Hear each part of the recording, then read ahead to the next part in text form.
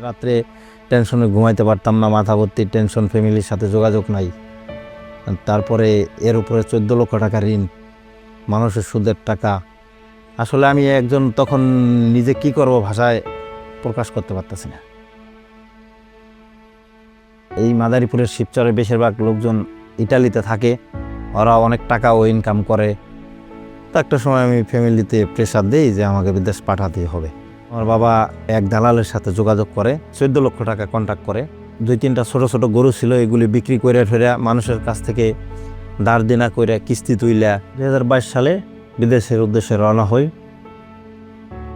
তো ওরা বাংলাদেশ থেকে আমার অবৈধভাবে বিভিন্ন দেশ দিয়ে ঘুরে ঘুরে লিবিয়া নিয়ে যায়। রাত্রে 12টা বাজে আমাদের ইটালির উদ্দেশ্যে একটা মাছের বোটে তুলে নিয়ে ওই 5 দিন সাগরে রাখে, না খাওয়াইয়া। ওই 5 দিনে কোনো পানি খাবার কিচ্ছুই দেয় না।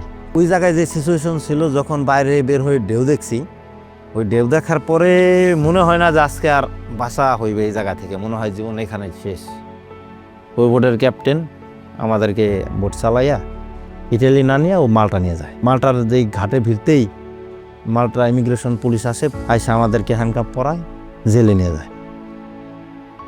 18 মাস জেলে থাকার পরে আমি মাল্টা থেকে দেশে ফিরি 23 অক্টোবর 2023 সালে এয়ারপোর্টে পৌঁছে যাই। ওখানে ব্র্যাকের এক ভাই আসে, এই ভাই আইসে আমাদের আসলে অবস্থান জানলো, নাম ঠিকানা জিজ্ঞেস করলো। 14 মাস 10 দিন পরে দেশীয় খাবারটা খাইলাম প্রথম ব্র্যাকের মাধ্যমে। তো প্রথম যেদিন রাত্রে আসলাম, পরের দিনই পাওনাদাররা আসতে শুরু করে আমার বাসায়, বলে আমাদের টাকা লাগবে। আমার তো টাকা দেওয়া সম্ভব না ওই সময়।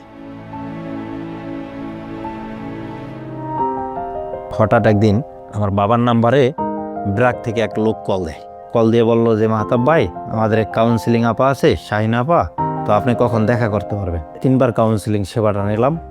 নেওয়ার পরে আমার মানসিক দিক থেকে মনে হয়েছে যে আমি আগের থেকে একটু স্ট্রং হয়েছে, যে আমার দ্বারা কিছু সম্ভব।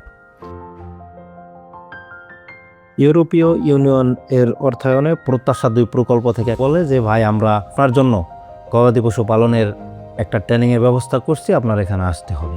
তখন আমি মাদারীপুর জেলা যুব উন্নয়নে চলে যাই। ওখানে যে 3 মাসের একটা কোর্স করি, গবাদি পশু প্রাথমিক চিকিৎসা, গবাদি পশু পালন এবং কৃষির উপরে 3 মাসের একটা কোর্স করি ওই জায়গায় থাইকে, সরকারিতে ফ্রিতে। ইউরোপীয় ইউনিয়ন এর অর্থায়নে প্রত্যাশা 2 প্রকল্পের মাধ্যমে ব্র্যাক আমাকে টেকেরহাট নিয়ে যায়, আমাকে একটা গাভী কিনে দেয়, দুগ্ধবতী গাভী, বাছুর সহ। নতুন করে আসলে জীবনে ঘুরে দাঁড়ানোর যে একটা অপশন, এটা আমি পাইছি, আমার কনফিডেন্সে পাইছে যে আসলে এই গরু দিয়েই আমি জীবনে সফলতা অর্জন করবো ইনশাল্লাহ। মাদারীপুরে আবার গবাদি পশু পালনের আবারও প্রশিক্ষণ নেওয়ার জন্য যে আমার এই গাভী আরও ভালোভাবে পালতে হবে। ওখানে আমার একটা কোম্পানির সাথে দেখা হয়। তো ওনারা বলে যে আপনি গবাদি পশু পালনের পাশাপাশি আপনি চাইলে প্রাথমিক চিকিৎসাও করতে পারবেন আর কৃত্রিম প্রজনন করতে পারবেন, আমাদের কোম্পানির সিমেন্ট চালাইতে পারবেন। বাজারে একটি দোকান রাখার পরে ওখানে আমি কিছু ওষুধপত্র উঠাই। আসলে আমি ভাবতে আছি যে আমার তো এই টাকা দিয়ে টাকা বাড়াইতে হবে, তো কি করা যায়। আমার যে গাভীর বাচ্চাটা ছিল, বাচ্চাটা 1 লক্ষ টাকা বিক্রি করি। 3টা গরু কিনি ছোট ছোট, ওই 3টা বিক্রি করে দিই। বিক্রি করে আমি জমি রাখি কটে। এখন আমার জমিতে 3 বিঘা পরিমাণ রসুন আছে, 1 বিঘা পেঁয়াজ আছে, ঘাসের জমি আছে, 1 বিঘা ভুট্টা আছে, এরপরে আলু চাষ করছি।